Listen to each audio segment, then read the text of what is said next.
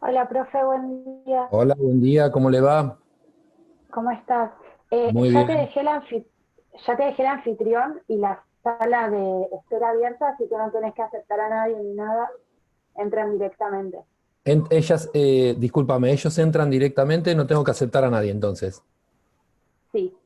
Perfecto, bueno, vos, Ah, ahora yo soy el anfitrión y ya te retirás. sí, sí, ya me voy. Perfecto, te agradezco muchísimo. A usted. No, por favor.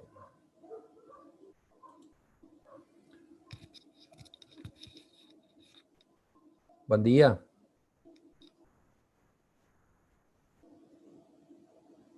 No te escucho, Carolina. Buenos días, profesor. Ahora sí, Ahora bienvenida. sí, buen día. Ahora sí, esperamos un ratito hasta que se empiecen a conectar los compañeros, ¿puede ser?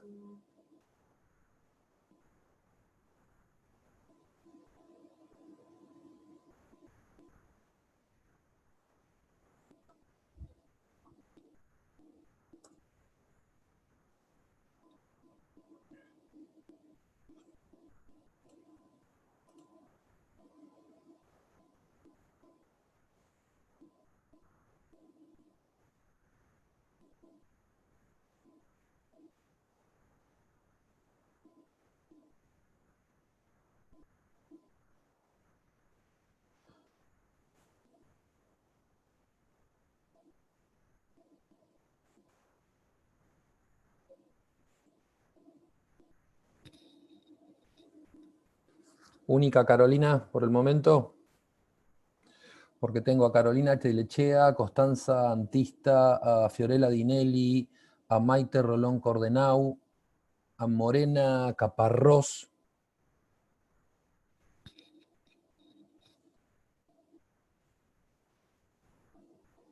¿Me recibís bien,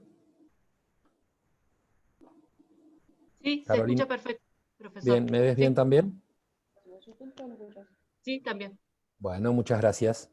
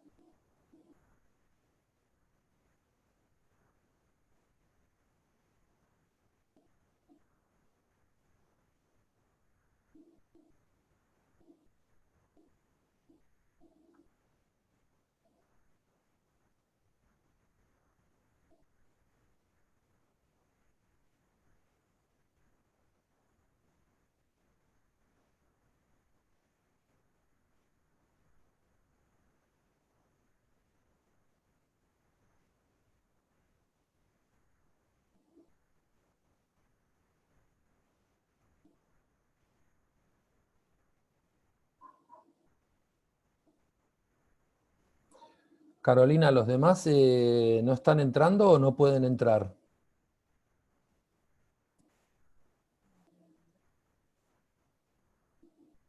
Creo que está todo bien, yo lo escucho bien. Sí, porque los demás tengo a varios que no... Me dijo esta chica del centro de estudiantes que no tenía que admitir a nadie porque ellos entraban directamente, pero Claro, tengo a varios chicos, obviamente que no los veo porque no tengo los tengo con el video cortado y silenciado. Sí. ¿Los demás me están escuchando, aunque sea, por lo menos? ¿Así empezamos o no? Sí, se lo escucha, doctor. Generalmente Sí, se lo somos escucha. pocos. Generalmente somos alrededor de 11, 12 personas. Ah, qué buen... ¿Cómo es tu nombre? Perdóname. Fiorella.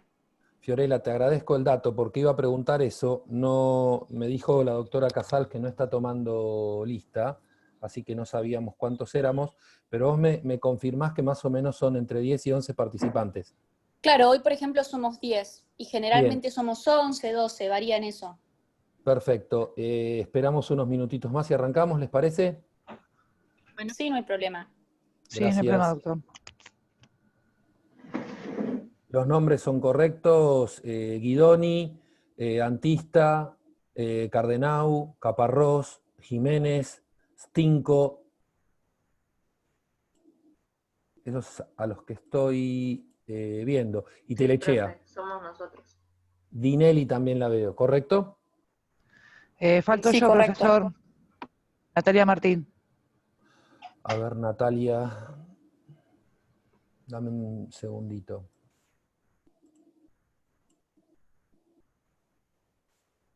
Sí, Natalia Martín, correcto. Bueno, somos 10. Esperamos 2 minutitos más. Vamos a ver régimen del matrimonio, está en la unidad 5. Vamos a ver la continuación. Interpreto que ustedes ya vieron y saben la novedad que mete el nuevo codificador en esto de poder elegir entre dos regímenes, ¿no? El régimen de comunidad o el régimen por separado.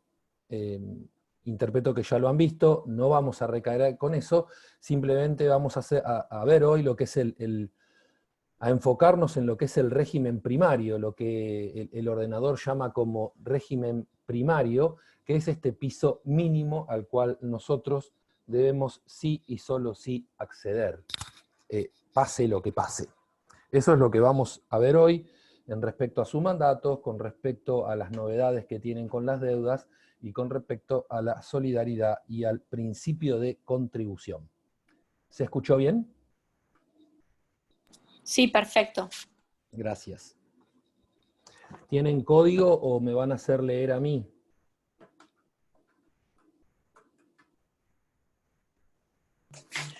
Yo tengo, doctor. Bueno, si usted se ofrece para leer los artículos del código, me hace una gauchada grande.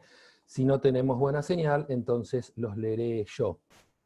Disposiciones comunes a los dos regímenes previstos por el Código Civil y Comercial, sus fundamentos y el deber de contribución a los gastos del hogar. Protección de la vivienda familiar, como una de las aristas importantes que tiene este nuevo Código Civil y Comercial. La indispensabilidad de los muebles, el requisito del asentimiento, que también es una novedad. Algo vamos a hablar de las deudas, porque lo vamos a ver en otras clases más adelante. Y por último, la disposición de los bienes muebles no registrables. María Rocío Cordenao, ¿es la que va a leer el código? No, Fiorella. Ah, Fiorella, perfecto, perdón. Bueno, seguimos con 10 participantes, así que arrancamos. Mi nombre es Gustavo Lastra, yo soy abogado de la matrícula. Estoy dando ya hace unos cuantos años lo que se denominó ahora Derecho de las Familias. Antes se llamaba Derecho de Familia y Sucesiones. Hoy con el plan nuevo, que interpreto que todos ustedes serán del plan nuevo, están separados lo que es el derecho de las familias, con estas nuevas composiciones de las familias que tenemos, y el derecho de sucesiones. Así que estamos colaborando en ambas materias. Hoy nos toca derecho de las familias, les repito a todos, unidad 5.4.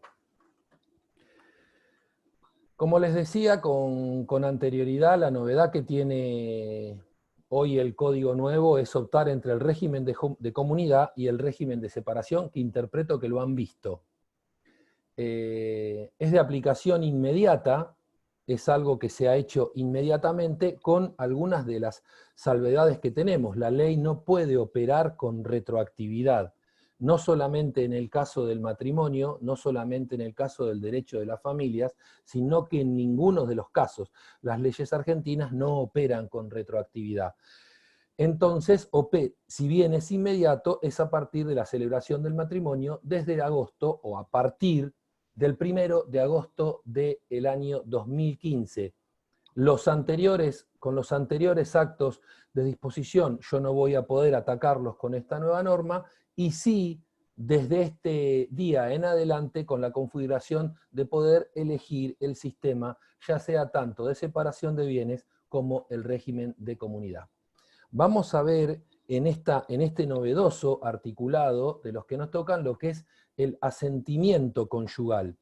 Y ustedes tal vez se van a preguntar cuáles son las diferencias con el consentimiento y qué es el asentimiento. Lo que nosotros estamos particularmente a la vista del día de hoy es el asentimiento. El consentimiento generalmente está radicado casi exclusivamente para los actos jurídicos. Ese es el consentimiento, es anterior al asentimiento, es cuando formamos un contrato o un acto que debemos consentirlo. El asentimiento es posterior e incluso es más amplio. ¿Por qué? Porque significa adherirse a la postura del otro. El otro es el que sostiene una idea y yo me adhiero a esa idea. Al adherirme estoy dando mi asentimiento. En el consentimiento yo conozco el acto y está destinado principalmente a un acto jurídico. El que no ha dado este asentimiento, el que no presta su conformidad en adherirse a la idea del otro, puede demandar cualquier acto en pos de esta nueva modalidad de la elección de los regímenes, atacarlo por nulidad, porque efectivamente no asintió a lo que el otro estaba pensando y quería producir. ¿Cómo? Dentro del plazo de los 6 meses desde que conocí el acto. Pero nunca, siempre el derecho es tan dinámico que tiene casi más excepciones que realidades, pero nunca más allá de los 6 meses de la extinción del régimen patrimonial. Si ya el régimen patrimonial está extinto y han pasado esos 6 meses, yo ya no voy a poder operar con el efecto de la caducidad ni con el efecto de la nulidad en el acto de restitución o no de una cosa o el acto que fuere por no haber prestado el concebido asentimiento. ¿Se entendió? ¿Se entiende la diferencia que puede haber entre el asentimiento y el consentimiento? Son dos A mí no terminologías. me quedó, disculpe, Sí. doctor, a mí no me quedó muy claro el tema de cómo se puede atacar el acto que no ha sido consentido, a través de la nulidad, dijo, Sí, ¿no? correcto. Se puede atacar por nulidad, pero en esa nulidad va a estar implícita un tema de caducidad. A ver, ¿qué significa la caducidad? Diciendo si yo todavía puedo interponer la acción de nulidad o no. Yo voy a tener un tiempo para interponer esa nulidad, para que este acto sea nulo, para que este acto no sea válido, para que no se lleve adelante. Bueno, voy a tener 6 meses para hacerlo, con el límite y con la excepción de 6 meses contados desde que conocí el acto al cual yo quiero atacar, pero 6 meses que no hayan pasado desde la extinción del régimen patrimonial. ¿Se entendió ahora? Perfecto, sí, ahora sí, perfecto, gracias. Seguimos con esto de los efectos de la relación del tiempo, que era como yo les decía, que nosotros no podemos legislar para atrás, por eso no se opera la retroactividad. Entonces, la solidaridad, este efecto de solidaridad de los cónyuges, para estas deudas contraídas con posterioridad al 1 de agosto del 2015, impone la calidad de concretadas con anterioridad. O sea, hay una aplicación retroactiva, pero no autorizada. Ténganlo en cuenta, no se puede operar para atrás, habría que revisar en cada caso particular si en algún momento no hubo dolo o no hubo fraude.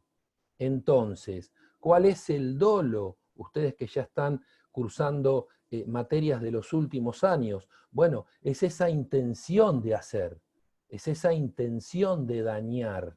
Ese es el dolo que va de la mano, en este caso, con el fraude en este acto jurídico, al cual yo después tendré 6 meses para pedir la nulidad si no presté mi debido asentimiento. ¿Se entendió? Seguimos con las disposiciones comunes a ambos regímenes. ¿Cuáles son las disposiciones comunes al régimen de la separación o al régimen de la comunidad? Bien llamado régimen primario. ¿Por qué lo llamamos nosotros régimen primario? Porque es un piso, es el piso legal, es lo mínimo e indispensable para poder darle esa protección a los bienes en pos de esta familia, de este núcleo familiar. Con algunas aristas, o sea, se va a crear la innecesidad de tener hijos o no. El antiguo legislador en el Código de Vélez lo traía como una posición tomada y traía varias posiciones tomadas a este nuevo régimen. ¿Por qué? Recuerden que en la época de Vélez Sarsfield, en casi la mayoría de los casos, o se legisló para casi la mayoría de los casos, como hacen el denominador común de los legisladores, como precepto de que el hombre, de que el varón era el sustento del hogar. ¿Y qué hacía la mujer, la madre, la mamá? Bueno, generalmente estaba al cuidado de los chicos. Hoy ese velo cayó, por suerte cayó. Nosotros tenemos en la constitución de esta nueva sociedad mundial y argentina el lugar que ocupa la mujer y con sus contribuciones, incluso económicas, en su desarrollo profesional. Entonces, ya ambos cónyuges tienen una percepción económica dentro del matrimonio que Vélez no la tenía registrada. Eso va a ir de la mano con el deber de contribución, que ahora lo vamos a ver, con el deber de solidaridad y obviamente con el tema del respondo por las deudas. Entonces, dentro de estas normas sobre estos derechos, ¿qué es lo que aparece como casi principal? Bueno, ¿dónde va a tener asentado la vivienda conyugal, ¿dónde va a tener asentado la familia? Bueno, en este núcleo de vivienda y con muebles indispensables. Si bien el Código regula un régimen de protección para la vivienda que está dado en otro articulado que no corresponde a la etapa que estamos viendo hoy, que son del 244 al 256, este régimen es de carácter voluntario y es proteccionista porque yo puedo elegir por los dos. Algunos codificadores, algunos pensadores doctrinarios e incluso en legislaciones de otros países dicen que si bien es un régimen amplio, algunos dicen que solo otorga algún tipo de libertad. Bueno, ¿cuál es la libertad? Que yo puedo elegir por la separación de bienes. Pero en definitiva, algunos sostienen que no ha cambiado demasiado. O sea, que simplemente se abrió la puerta a que los cónyuges puedan elegir o no cambiarlo en el transcurso del tiempo con los recaudos que la ley le da de los 2 años como mínimo. Además del asentimiento, se requiere para disponer derechos personales la vivienda 2 principios importantes, como son el deber de contribución y la solidaridad. Son todas normas que están aplicables dentro del matrimonio. La contribución está regulada en el 455 y la responsabilidad por el cargo del hogar, por el asentimiento, por la educación de los hijos, en el 461. Y así sucesivamente. Entonces, repito, el consentimiento se presta para ejecutar un acto o para la celebración de un contrato, como les decía con anterioridad. Ese es el consentimiento, es anterior, yo ya tengo la idea formada. El asentimiento es posterior, es una iniciativa ajena, adhiero a la voluntad del otro, no era una idea mía, adhiero a la voluntad del otro, por eso estoy asistiendo. Leamos, por favor, repetime el nombre de la alumna que va... ¿Florela era? Fiorella, sí. Fiorella, lee por favor el artículo 454. Aplicación. Bien. Ya, sí. Aplicación, inderogabilidad. Las Correcto. disposiciones de esta sección se aplican, cualquiera sea el régimen Cualquiera matrimonial, sea el régimen matrimonial, sea un régimen por excepción de separación de bienes o de comunidad. Seguí. y excepto que se disponga otra cosa en las normas referentes a un régimen específico. Eso es una vez que yo ya hice la elección, si elegí por uno o por otro. Seguí. Son inderogables por convención de los cónyuges anterior o posterior al matrimonio, excepto disposición expresa en contrario. Excepto disposición expresa en contrario. Está metiendo una característica, la inderogabilidad. Son inderogables por convención de los cónyuges. Ojo, excepto que haya una disposición expresa que diga, no, bueno, yo quiero cambiar el régimen, ¿se entiende? Si no son inderogables por el transcurso del tiempo. Este artículo comienza enunciando normas comunes de ambos sistemas y las disposiciones que tienen en sus características son imperativas. ¿Por qué? Porque tienen derecho de ley. Son inderogables, como nos decían, no se pueden cambiar, a no ser que haya una expresión en contra, y son de orden público. Su fundamento está dado por la solidaridad familiar que siempre debe prevalecer en el orden patrimonial. La solidaridad familiar está con una fuerte raigambre de que nosotros somos cónyuges y que es posible que nosotros tengamos hijos, míos, tuyos o de ambos. ¿Se entiende? No vamos a hacer ningún tipo de distinción, en este caso con los hijos, porque el código no lo hace. ¿Me siguen? Fiorella, por favor, lea el 455, porque nos vamos a meter de lleno en lo que es el deber de contribución. Bien, deber de contribución. Los cónyuges deben contribuir a su propio sostenimiento, el del hogar y el de los hijos comunes. A su propio sostenimiento, al sostenimiento de ambos, tengan o no tengan hijos, como medida fundamental, el sostenimiento de ambos cónyuges deben contribuir a ese sostenimiento mínimo. Para algunos, en la realidad que nosotros vivimos en el país y también en el mundo, el techo estará muy abajo, para otros el piso estará muy arriba. Continúe.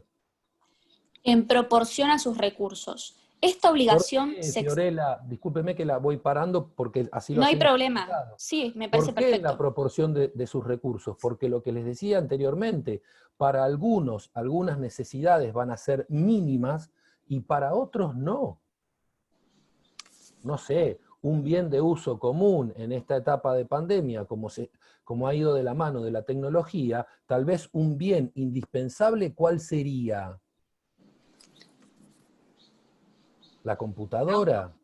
Tener un auto en la pandemia no tanto, póngale que sea indispensable también el del auto, y no sea un bien costoso. Hoy ya no lo es, pero tal vez un bien mueble, que no es registrable, como una computadora. ¿Por qué? Porque es lo que me permite conectarme. Hoy me permite educar a mis hijos, porque están siguiendo el colegio por vía de Zoom. Para eso voy a tener que tener una computadora. ¿Me sirve solamente tener la máquina? No. Entonces va a ser indispensable que también tener una conexión a Internet. Entonces, en una friolera de esto, como estamos viendo, hoy es un tema puntual. Hay mucha gente que tal vez tenga acceso a una computadora, o no, perdón, o tenga acceso a un celular, que es casi lo mismo, pero cuidado, no tiene acceso a Internet. Entonces, ese bien va a ser de mucha importancia y, obviamente, hoy se toma un bien casi indispensable. Tal vez hace unos años atrás tener Internet no lo era, tal vez hace unos años atrás tener una computadora tampoco lo era. Y usted me va a decir, ¿pero no es más indispensable la heladera? Seguro. Seguro. Ahora, hay un conjunto de bienes muebles registrables que también son indispensables. Cama, abrigo, sanitarios, etc. Ahora, para algunos va a ser el piso, para algunos va a ser el techo. ¿Me entienden? Todo esto está de la mano del quantum económico que tenga cada matrimonio. Fiorella, siga leyendo, por favor. Esta obligación se extiende a las necesidades de los hijos menores de edad, con Correcto. capacidad restringida o con discapacidad de uno de los cónyuges que conviven con ellos. Correcto, hijos menores de edad. Perfecto, lo habíamos hablado. De uno, de otros, de ambos. Algunos pueden tener capacidades restringidas, lo mete el artículo en este deber de contribución, o con discapacidad de uno de los cónyuges que conviven con ellos. Está metiendo en un código que es tan amplio un tema como es la discapacidad de uno. ¿Por qué? Porque el código atenúa el tema de la discapacidad y se tiene porque es siempre capaz o por una capacidad amplia. Continúe. El cónyuge que no da cumplimiento a esta obligación puede ser demandado judicialmente por el Puede otro ser para que lo demandado haga. judicialmente, correcto, para que lo haga, porque ese es, en definitiva, el efecto del deber de contribución. El cónyuge que no lo haga puede ser demandado judicialmente. Continúe. Debiéndose considerar que el trabajo en el hogar es computable como contribución a las cargas. ¿Por qué hace el referente? ¿Por qué lo aparta al trabajo en el hogar? Por esto que les decía de la concepción que tenía Vélez.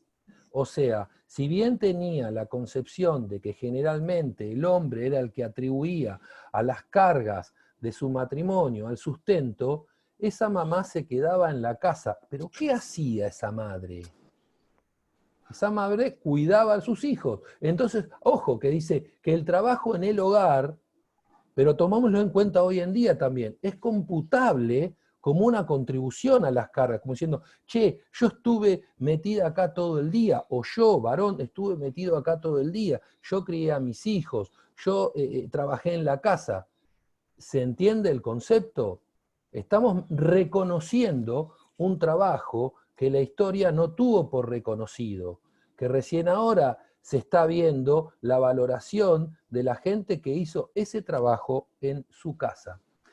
El objeto del deber contribución, los cónyuges deben contribuir entonces a su propio sostenimiento, al del hogar, recuerden, a su propio sostenimiento, al del hogar y al de las necesidades de los hijos comunes, los hijos incapaces y a los cónyuges que viven por eso. Acerca de cuál la extensión a dar del deber de contribución en el hogar es amplia, o sea, y tampoco es taxativa. Les leo algunas. Ellas comprenderán la compra de comestibles, de vestimentas, a ver, honorarios médicos, sí, obra social, odontológico, gastos de farmacia, cuotas de mutuales, sí, correcto. ¿Hay alguna persona que ayuda en mi casa? Sí, salarios, vacaciones, y el complemento reclamado, sí, hay un juicio por esta señora o este señor que está colaborando en mi casa porque es un empleado. Bueno, hay que contribuir con esos gastos. Vacaciones, adquisición y alquiler de viviendas, importante, no todas las viviendas son propias. Hay muchísima gente en Argentina que alquila. Su amoblamiento, provisión de artefactos. Ojo, aquellos que están sometidos al régimen de propiedad horizontal, ¿qué pagan? Expensas. Las expensas. Correcto. Expensas, bueno, y cualquier cantidad de gastos que uno se centra mínimos e indispensables para el mantenimiento del hogar conyugal. Los bienes, bueno, podemos rever por constitución, se los dije recién, esta nueva legislación prevé los nuevos que ambos cónyuges responden con todo su patrimonio por las necesidades del hogar y de los niños. Fiorella, por favor, sigamos con el artículo 456. Bien, actos que requieren asentimiento. Ninguno de los cónyuges puede, sin el asentimiento del otro, disponer de los derechos sobre la vivienda familiar, ni de los muebles indispensables. Atento, Fiorella. 1. Disponer de los derechos sobre la vivienda familiar. Ninguno de los cónyuges sin el asentimiento, ya hablamos y explicamos lo que era el asentimiento, puede disponer de los derechos sobre la vivienda familiar. Subrayenlo, no lo puede hacer. Continúen. Ni de los muebles indispensables de ésta, ni transportarlos fuera de ella, Momento, ni mudarlos quiere decir, ni transportarlos fuera de ella, es decir, bueno, no los vendo, pero ya los saco de la utilidad que tenía en el asiento de donde vive la familia. Me llevé la heladera te vas a llevar. No podés, es un bien mínimo, indispensable. Siga. El que no ha dado su asentimiento puede demandar la nulidad del acto o la restitución de los muebles dentro del plazo de caducidad de 6 meses de haberlo conocido. Lo vimos. Puede operar la caducidad, perdón, la nulidad, la restitución, dentro del plazo que ya nos habíamos fijado, desde 6 meses que conocimos el acto o hasta 6 meses de la extinción del régimen. Profe, Y, una pregunta. Respecto Sí. al plazo ese, ¿no es un poco breve? Porque, por ejemplo, en las cuestiones de violencia de género o esos 6 meses no es nada, quizás para que puedan tomar alguna medida. Sí, coincido. Generalmente el codificador ha tomado en esto de la ejecutabilidad de las medidas algunos plazos menores. Igual, 6 meses, desde que vos conociste el acto, vos interrumpís la caducidad con algún tipo de presentación. O sea, ahora, el tema está, como vos decís, si vos no conocías este acto nulo, esta maniobra, incluso hasta que puede ser dolosa, fraudulenta, bueno, si estuviste 6 meses sin conocerla, es un tiempo, en algunos casos, poco. Ahora, a eso se le suma encima, si hay la extinción del régimen, si el régimen quedó extinto, entonces ahí ya estamos en problemas. También lo que estamos tratando de hacer es por un principio también de celeridad, o sea, 6 meses en una caducidad es un plazo relativamente conveniente. ¿Contestada la pregunta?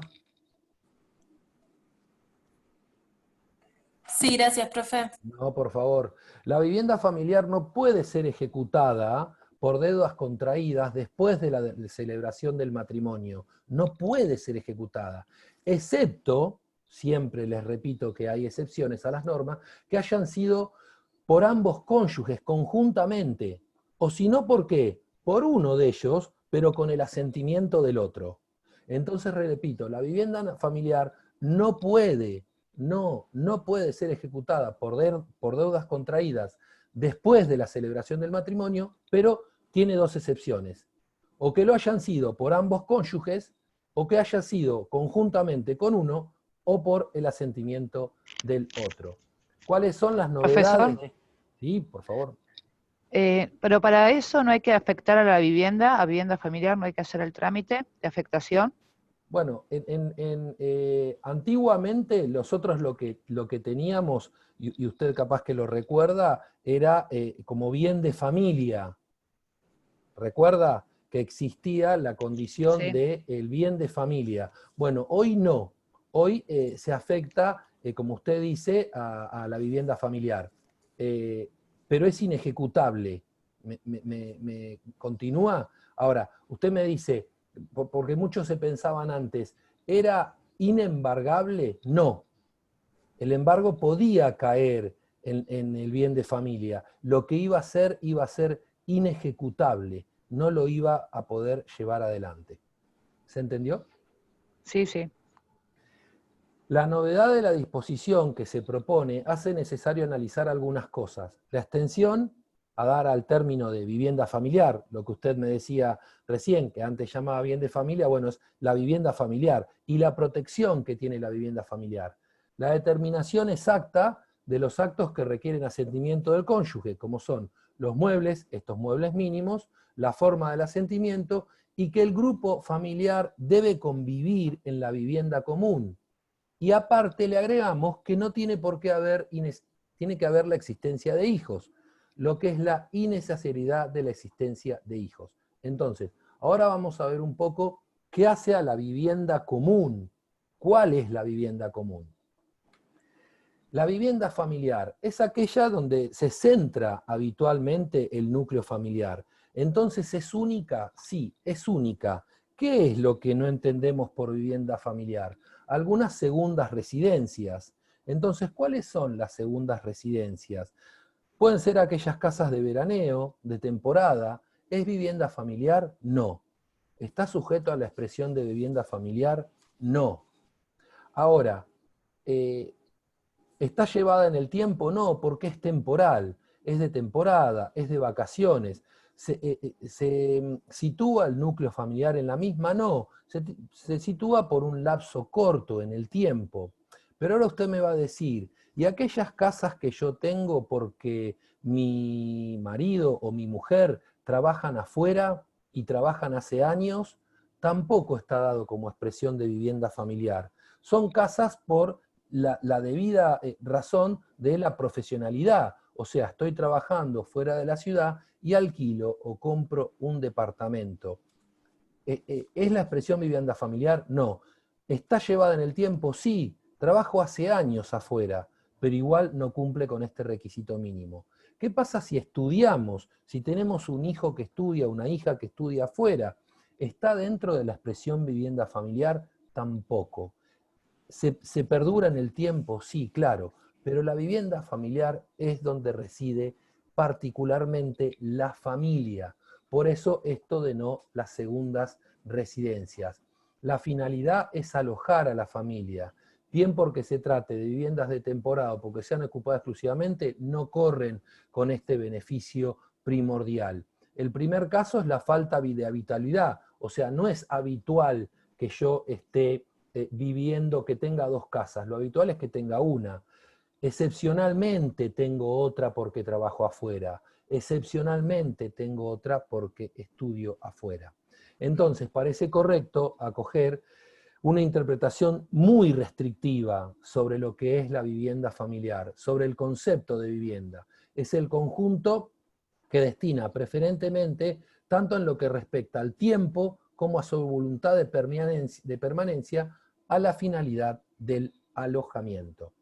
¿Cuáles son estos actos que requieren el consentimiento? Bueno, un poco lo que habíamos hablado anteriormente. El código cambia, el nuevo código, nos cambia y propone una norma más amplia a disponer sobre los derechos de la vivienda. La fórmula derecho sobre la vivienda, como dijo la compañera recién, que lo van a ver, es más amplia que actos de disposición. O sea, no solo puedo disponer de esta, sino que el derecho a la vivienda permite alquilarla, permutarla, usufructuarla, uso, habitación, actos de disposición personal, como les dije recién, como puede ser el tipo de la locación, e incluso en comodato, la doy en comodato, la doy en préstamo. En definitiva, los actos que requieren asentimiento son todos aquellos que impidan el uso de la vivienda para el cual fue contemplada por los cónyuges. Esos actos requieren siempre de asentimiento. ¿Cuáles son las cosas muebles? Como les decía anteriormente, que hay cosas muebles que también van a requerir el asentimiento, deben entenderse comprendida los elementos mínimos para el desarrollo de la vida conyugal, para cuya determinación tendrá importancia toda la jurisprudencia relativa en esto de lo que le decía, para algunos que será mínimo, para algunos será el piso y para otros será el techo. ¿Cómo vamos a ver también la ejecución de la vivienda, que me preguntaba un poco una compañera recién? Se limita la posibilidad de la ejecución de vivienda común por los acreedores de uno de los cónyuges, a fin de evitar que mediante el endeudamiento el propietario de la vivienda comprometa a esta, que era de ambos, sin la intervención del otro cónyuge. Recuerden lo de la ejecutabilidad. La vivienda familiar también puede ser ejecutada por deudas contraídas con anterioridad al matrimonio, ya se los dije, por lo que hayan sido celebradas conjuntamente o por uno con el asentimiento del otro. Les repito para este apartado de la vivienda familiar, ningún cónyuge podrá, sin el asentimiento del otro, disponer sobre los derechos de la vivienda familiar. Ningún cónyuge, que tampoco podrá ser ejecutada por las deudas contraídas durante el matrimonio, como dijo su compañera. Por favor, les agrego otra vez, como dice el codificador, la necesidad de la existencia de hijos. Es nuevo, es novedoso, no importa, somos 2, somos 5, no tenemos, son los míos o son los tuyos, es lo mismo. Fiorella, por favor, continúa con el artículo 457. Bien. Requisitos del asentimiento. En todos los casos en que se requiere el asentimiento del cónyuge para el otorgamiento de un acto jurídico, aquel debe versar sobre el acto en sí y sus elementos constitutivos.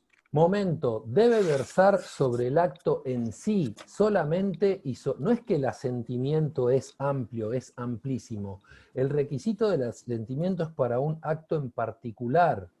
Estas disposiciones dejan lo que antes llamaba Vélez y que había sido tan criticado por la doctrina, el asentimiento se extiende no solo al acto en sí, sino también a los elementos constitutivos. O sea, por ejemplo, en esto que hablábamos de la vivienda, los precios, no es, a ver, la vendo, sí, te doy el asentimiento para venderla, pero che, ¿a qué precio?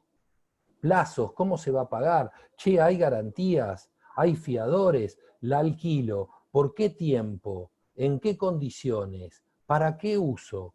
Bueno, el asentimiento en este caso es para un caso puntual, no va a ser amplio ni amplísimo, pero dentro del caso puntual hay un montón de aristas en que el asentimiento va a tener el conocimiento del otro cónyuge. Se puede solicitar, en caso de negativa, en caso que la otra persona no quiera asentir, la venia judicial. O sea, voy a tener que ir con esta venia judicial supletoria, que es la venia judicial. Le voy a pedir autorización a un juez, ¿por qué? Porque la otra persona no me quiere dar el asentimiento. Ahora, la palabra del asentimiento. La justicia no juzga ni sanciona sobre caprichos. O sea, no es que no te quiero dar el asentimiento porque no quiero. Se va a valorar el por qué no del asentimiento. Lo mismo vamos a ver más adelante en el caso de las personas con ausencias, en el caso de las personas que tengan alguna discapacidad, incluso hasta momentánea. Lea el 458, Fiorella. Autorización judicial. Uno de los cónyuges puede ser autorizado judicialmente a otorgar un acto que requiera el asentimiento del otro. Si éste está ausente, es persona incapaz. Si éste está ausente, lo que decíamos, no solo voy a recurrir a la justicia porque no consigo el asentimiento del otro cónyuge, sino voy a recurrir también si éste está ausente, o si es una persona incapaz, o si transitoriamente está impedido de expresar su voluntad. Se los dije anteriormente, acá en el 458 lo plasma el codificador. El acto otorgado con esta autorización judicial, obviamente que es válido, pero es oponible también. El cónyuge puede ir con este acto que en realidad le vino de revés. Continúe leyendo. O si su negativa no está justificada por el interés de la familia. Correcto, el acto otorgado con autorización judicial es oponible al cónyuge sin cuyo asentimiento se le otorgó, pero de él no deriva ninguna obligación personal a su cargo. Correcto. La autorización judicial solo puede ser dada para que el cónyuge titular realice el acto de asentimiento, pero no es válida para autorizar al no titular a realizar cualquier tipo de acto o disposición. Es decir, el juez no puede obligar al dueño de la vivienda a realizar un acto a pedido de su cónyuge. Lo que al juez se va a remitir es solo si debe prestar el asentimiento o no. Por eso le decía casi de la mano del capricho. Debe limitarse el juez a dar una autorización cuando el otro la niegue y no esté comprometido el interés familiar, porque tal vez está bien que el otro la niegue. Tal vez ese asentimiento no lo voy a lograr, porque tal vez lo que yo estoy proponiendo para que mi pareja asista es algo que va en contra del interés familiar. Jamás se lo va a dar el juez y por eso el otro es que no quiere asistir. ¿Se entendió? Sí. Asentir, perdón, no asistir. Lea el 459, porque nos vamos a meter en algo novedoso que como es el mandato. Esto que estaba antiguamente destinado a los gestores, o sea, este mandante y mandatario encargado de, el codificador en algún momento nos va a decir el poderdante y el apoderado. Bueno, leamos el 459 que tiene una arista importante, como es la de que yo pueda pactar la rendición de cuentas. En el contrato de mandato liso y llano, el mandatario siempre tenía que rendir cuentas. En este caso, no lo tiene que hacer. Los cónyuges no lo tienen que hacer.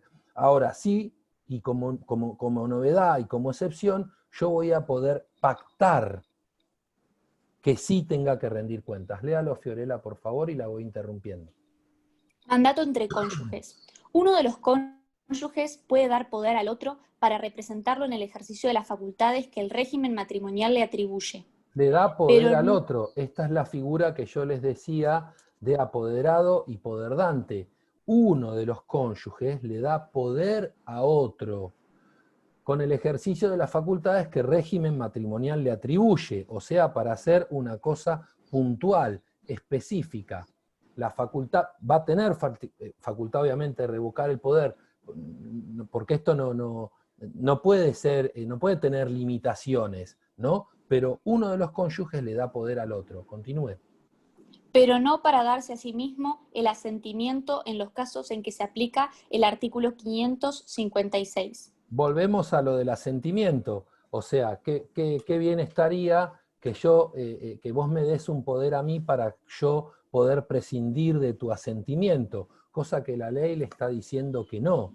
O sea, vos me das poder a mí para que yo realice algún tipo de tarea, no el asentimiento. O sea, por el asentimiento voy a tener que pedir, obviamente, si no lo consigo, la venia judicial.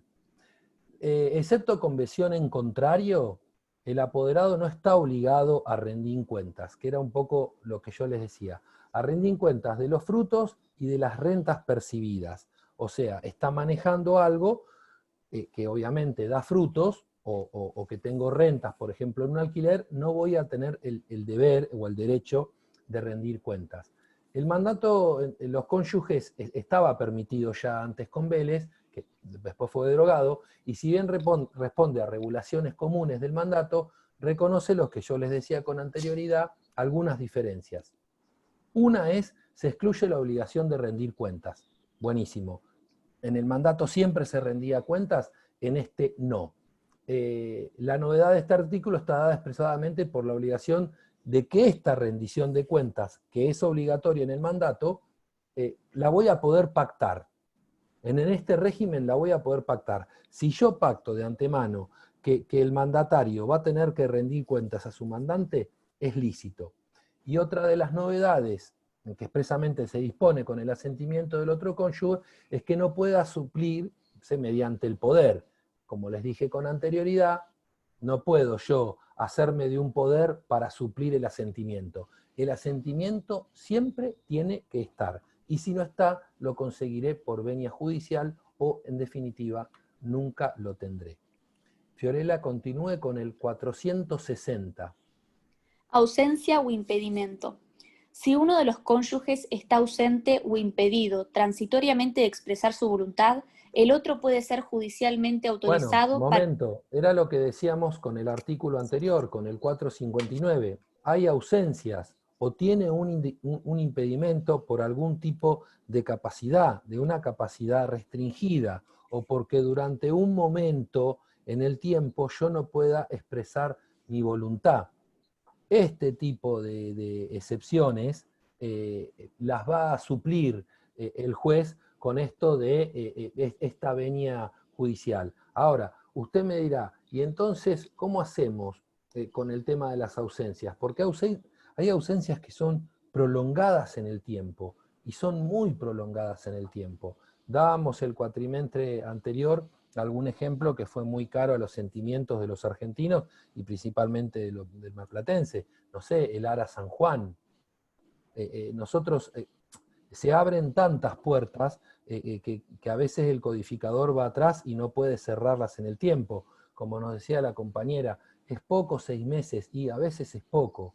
O sea, para estas familias 6 meses casi no ha sido nada. O sea, hay ausencias, si hay presunciones de fallecimiento, si tenemos o no fecha cierta. Bueno, lamentablemente, con el seguimiento del dolor de estas familias, la vida continúa. Y hay que tomar determinaciones. Bueno, y hay veces que nosotros estamos impedidos. Entonces, a falta de mandato expreso o de autorización judicial, a los actos otorgados por uno en representación del otro, se le agripan estas normas del mandato. Y si no lo tengo, será un mandato tácito, o como se dice, el de gestión de negocios. ¿Se entendió el tema de las ausencias? ¿Se entendió por qué yo tengo que conseguir en algún momento la autorización judicial? ¿Me siguen? Sí, sí. Perfecto. La representación de uno de los cónyuges al favor del otro puede autorizarse, como ya les decía, judicialmente, en esto que habla el 460 en casos de ausencia o impedimento. A falta de esta representación judicial, les repito, vamos a caer en que esto ha sido o un mandato tácito o el de la gestión de negocios. Fiorella, lea por favor el 461. Responsabilidad solidaria. Los cónyuges responden solidariamente por las obligaciones contraídas por uno de ellos para... Momento, habíamos visto lo que era el deber de contribución y habíamos visto, y ahora estamos viendo, y lo vimos con anterioridad también, lo que era este principio de solidaridad. Me animaría a decirlo hasta casi por el vínculo. Che, nosotros somos un matrimonio, nosotros somos una pareja. Entonces existe lo que es la responsabilidad solidaria. Yo soy solidario para con el otro. Los cónyuges responden solidariamente. Esto se vuelve otra vez se conjuga con el artículo 455 que decíamos antes del deber de contribución que tienen ambos cónyuges. Entonces, solidariamente van a responder a las obligaciones contraídas por uno de ellos. Ahora, ¿hay excepciones? Sí, solamente para las necesidades ordinarias del hogar o el sostenimiento, o si hubiera hijos, de la educación de los hijos, conforme como lo habíamos dicho anteriormente. Debo contribuir con ese piso mínimo a obligaciones contraídas con el hogar, el sostenimiento o la educación. Obviamente, ¿va a haber otros casos? ¿Va a haber excepciones? Sí, seguro. Las vamos a ver ahora en un minutito. Continúe leyendo, Fiorella, por favor. Fuera de esos casos, y excepto disposición en contrario del régimen matrimonial, ninguno de los cónyuges responde por las obligaciones del otro.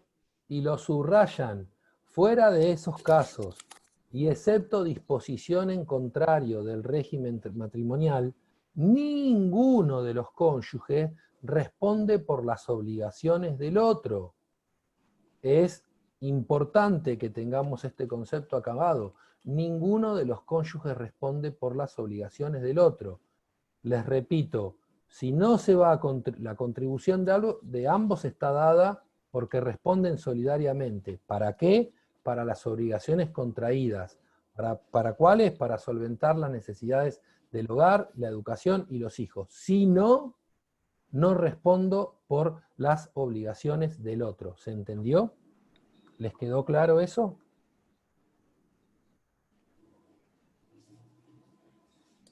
Sí, profe. Bueno, gracias. ¿Por qué es importante? Porque en clases subsiguientes vamos a ver cómo respondemos con las deudas. Entonces es importante resaltar que fuera de los casos que recién les comenté, ninguno, lo repito, de los cónyuges responde por las deudas del otro. Fiorella, por favor, lea el 462. Cosas muebles no registrables. Los actos de administración y disposición a título... Momento. Vamos a hacer, en este segmento Transfórmese en Abogado hoy, a hacer algunas distinciones que ustedes las deberían de saber. Generalmente cuando damos las clases presenciales, yo les veo la cara y me doy cuenta que algunas sí y otras no. Hay cosas muebles que son registrables y hay cosas muebles que no son registrables, ¿correcto? La mayoría de las cosas que están dentro de una vivienda familiar, en esto de la atribución de la vivienda familiar que venimos hablando, son cosas que son muebles no registrables. Ahora, uno siempre tiene el ánimo de decir que si son cosas muebles parecen de menor valor, que las cosas inmuebles son las de mayor valor. y que encima, que si son muebles y son no registrables, todavía tienen menor valor que aquellas muebles registrables. Bueno, no sé, estarán los casos obviamente de los enmovientes, o de las pinturas, o de las obras de arte, o de determinadas joyas. Entiendo eso, pero hay cosas muebles que están en nuestra casa, que no son registrables, que tienen muchísimo valor, incluso un valor intelectual, incluso un valor sentimental, incluso un valor que va de la mano de la profesión que yo ejerzo, porque son herramientas, o porque son mis libros, o porque son mis dibujos, o porque son con las cosas que yo contribuyo para el sustento del hogar. Entonces, no están registrables, generalmente yo tengo la tenencia de esos bienes muebles, pero son importantísimos. Entonces, ahora vamos a ver cómo está el tema de esta disposición. Continúe, Fiorella. Bueno, lo vuelvo a leer porque, Sí, por favor. bien, los actos de administración y disposición a título oneroso de cosas muebles no registrables ¿A cuya título tenencia... oneroso qué quiere decir? A título oneroso quiere decir que atrás de eso se percibe un valor, un dinero, disposición a título oneroso de cosas muebles no registrables. Eso percibe, cuya tenencia, como les decía recién, tengo esa impronta sobre la cosa, soy el tenedor de esa cosa, la hace individualmente uno de los cónyuges. ¿Y por qué la hace? Bueno, porque tal vez, como les decía anteriormente, son herramientas de trabajo, porque es con lo que me desempeño, porque es con lo que contribuyo, porque son mías, o porque son mías por el uso. Bueno, continúe y ahora lo vamos a explicar. celebrados por este con terceros de buena fe. Correcto. Son válidos, excepto que se trate... Siempre son válidos. Estos actos siempre son válidos, excepto que se trate de los muebles indispensables. Bueno, un poco los que les decía anteriormente. O sea, yo estoy utilizando bienes que son indispensables del hogar, o que encima son tuyos porque están destinados al uso personal del otro cónyuge, o al ejercicio, como dice el código, o son de su profesión. Entonces ahí ya no van a ser válidos, van a ser nulos. Porque estas son las herramientas mías de trabajo. Entonces, reitero, cuya tenencia ejerce individualmente uno de los cónyuges. Ahora, si son a título oneroso y son celebrados por tercero de buena fe, son válidos. Pero ¿dónde entra la excepción? Bueno, continúe, Fiorella, y ahora lo vemos. Excepto que se trate de los muebles sin... Ah, no, ya lo leyó eso. Perfecto. Continúe, excepto, sí. Excepto que se trate de los muebles indispensables del hogar o de los objetos destinados al uso personal del otro cónyuge o al ejercicio... Cónyuge, correcto, o al ejercicio de su trabajo o su profesión. Siga. En tales casos, el otro cónyuge puede demandar la nulidad dentro del plazo de caducidad de 6 meses de haber conocido el acto y no más allá de 6 meses de la extinción del régimen matrimonial. Volvemos con los mismos plazos de caducidad que hablábamos recién con la compañera, si es poco o es mucho, pero todo este capítulo está abordado por los mismos plazos, que son 6 meses. Repito, desde que conocí el acto o desde la extinción del régimen patrimonial. ¿Dónde están mis herramientas de trabajo? Me di cuenta ahora. ¿Las vendiste? No, pero se las vendí. ¿A quién? Bueno, se las vendí a quien ampara el código con mayores facultades, porque es a título oneroso y es un tercero de buena fe. Pero son mías, son las que yo necesito para trabajar. Bueno, voy a poder atacarlo desde que conocí el acto por la nulidad dentro de ese plazo o, como les dije antes, de la extinción del régimen patrimonial. ¿Se entendió? Sí, perfecto. Bien, voy a seguir con algunas cosas que quiero que tengan en cuenta, porque acá, obviamente el último punto son estos actos de disposición de los bienes muebles no registrables de uso familiar y profesional.